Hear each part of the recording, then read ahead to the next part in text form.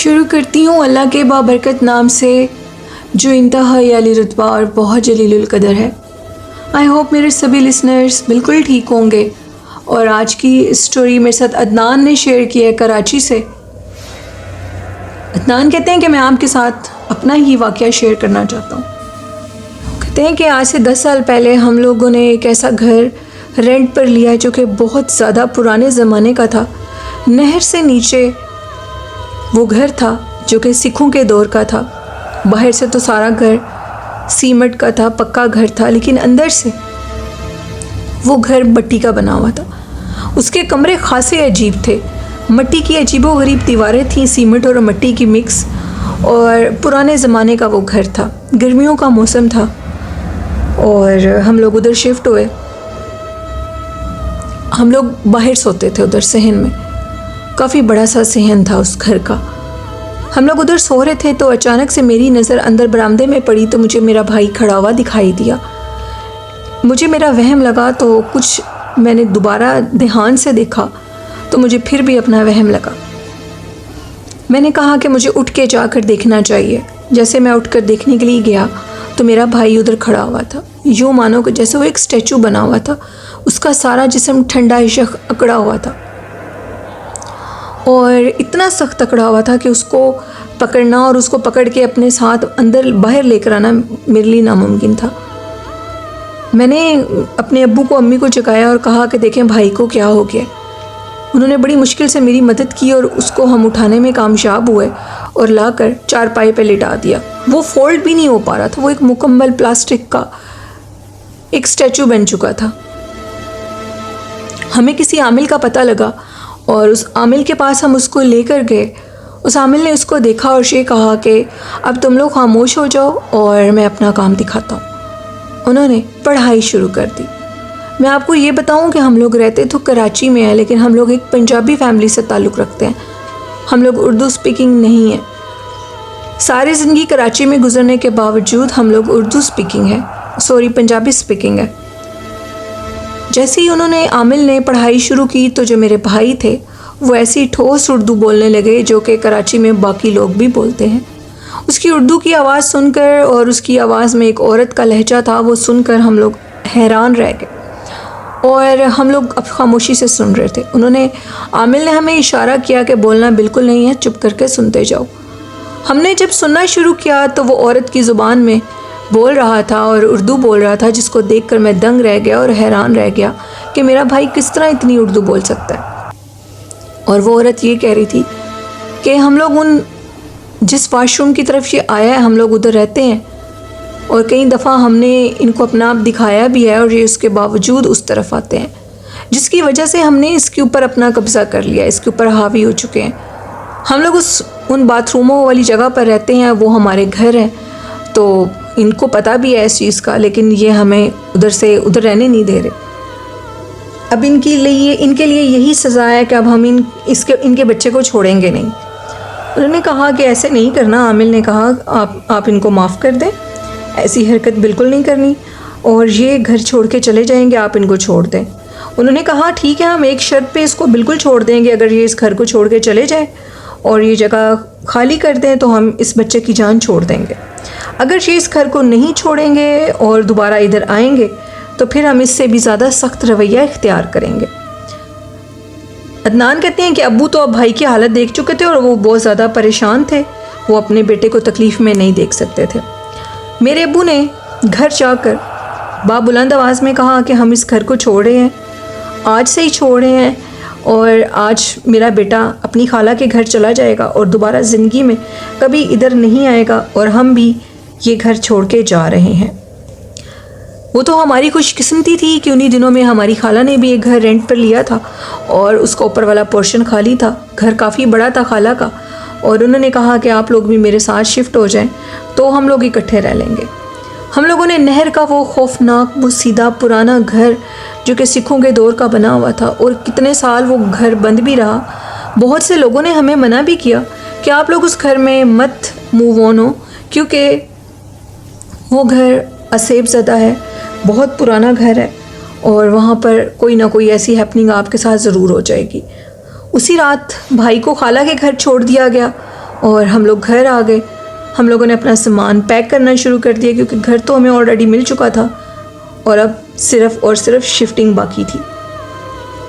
ہم لوگوں نے شفٹنگ بھی شروع کر دی اور اس گھر کو چھوڑ کر 3 دن کے اندر اندر وہاں سے چلے گئے. جیسے ہی ہم نے وہ گھر چھوڑا تو آپ یقین نہیں کریں گے، عدنان کہتے ہیں کہ کچھ سامان تھا میری امی کا تو وہ کچن میں رہ گیا تھا. کچن بھی خاصا عجیب و غریب خوفناک تھا جس میں چھوٹے چھوٹے کمرے اندر بنے ہوئے تھے. تو میری امی کا کچھ سامان تھا جو کہ مجھے لینے کے لیے جانا تھا، تو میں اپنے دوستوں کے ساتھ گیا. دروازہ نوک کیا تو جیسے ہی میں نے دروازہ نوک کیا اور میں نے یہ کہا جو کہ مجھے ابو نے سکھایا تھا کہ میں اندر آ سکتا ہوں، تو اندر سے آواز آئی جیسے کہ ہاں کی آواز آتی ہے. وہ ایک عجیب ساؤنڈ تھا جو کہ میں بیان نہیں کر سکتا. میں بہت زیادہ ڈر گیا تھا اور یہ کہہ رہا تھا کہ میں اندر کیسے جاؤں. خیر میں اندر چلا گیا، میرا دوست بھی میرے ساتھ تھا. کچن کے اندر ہم نے جانا تھا، شام کا ٹائم تھا اور اندھیرا بھی بہت زیادہ تھا. یہ تو گھر بالکل نہر کے ساتھ تھا اور نہر کے ساتھ ہونے کی وجہ سے گھر کے اندر رات کے ٹائم وہ کہتے ہیں کہ عجیب و غریب اڑنے والے مکوڑے نکل آتے تھے کیونکہ ادھر جھاڑیاں بہت تھیں. بالکل نہر سے نیچے اترو، نہر جیسے ہوتی ہے اور نیچے گہرائی میں جگہیں بنی ہوتی ہیں کچھ لوگوں کی، ہاں ادھر فصلیں ہوتی ہیں، کچھ لوگوں کے ادھر گھر بھی ہوتے ہیں. تو اس طرح کا وہ گھر تھا. تو عجیب و غریب مکوڑوں کی آوازیں تھیں اور ایک خوفناک اور دہشت کا سما تھا.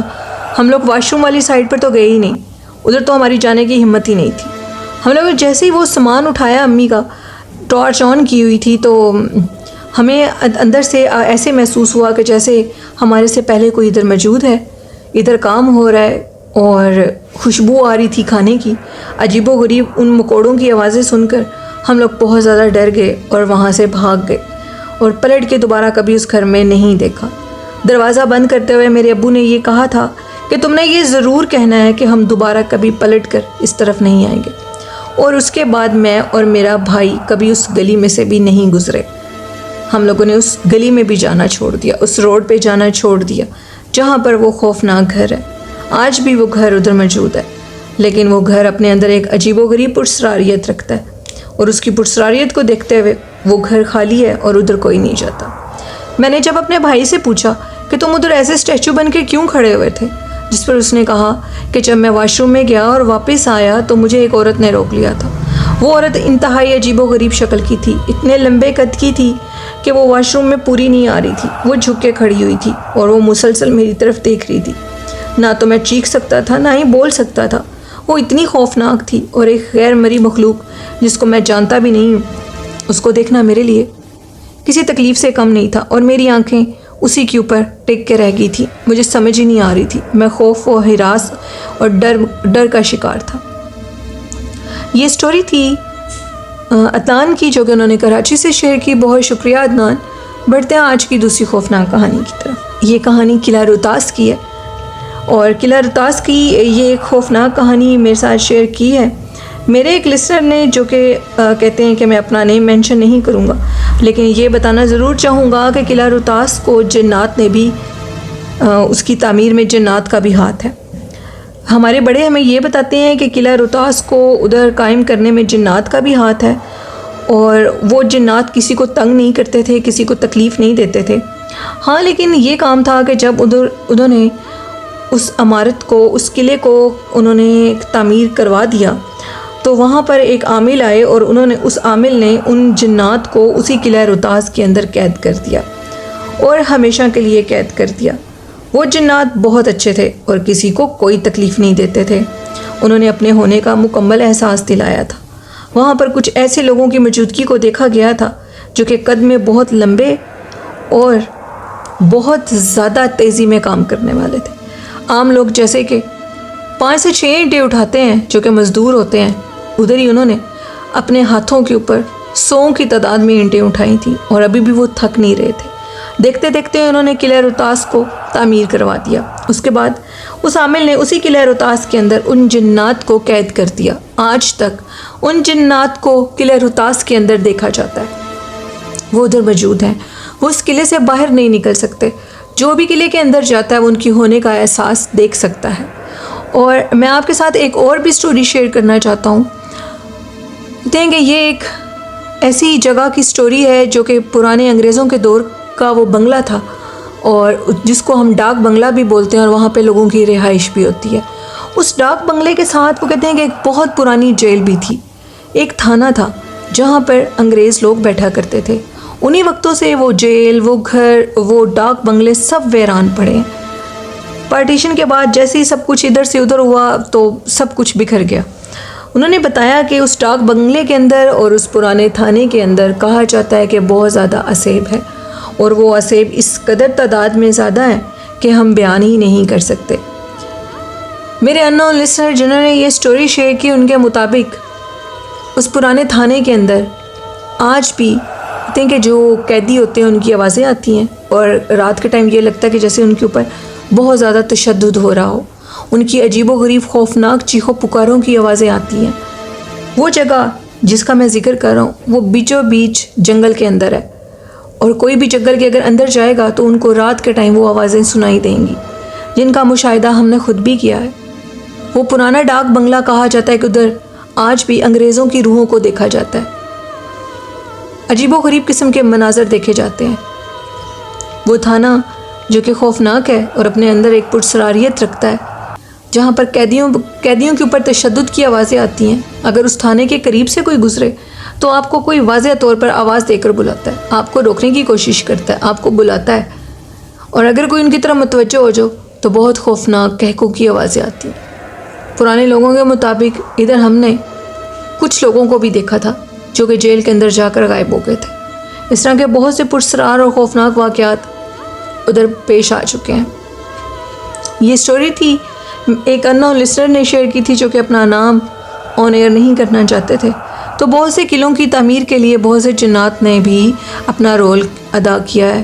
وہ کام کرتے ہیں، وہ مدد کرتے ہیں اور کام کو آسان کرتے ہیں۔ یہ تھی آج کی خوفناک کہانیاں لسنرز، اور میرے لسنرز کو کیسی لگی اپنا فیڈ بیک ضرور دیجیے گا۔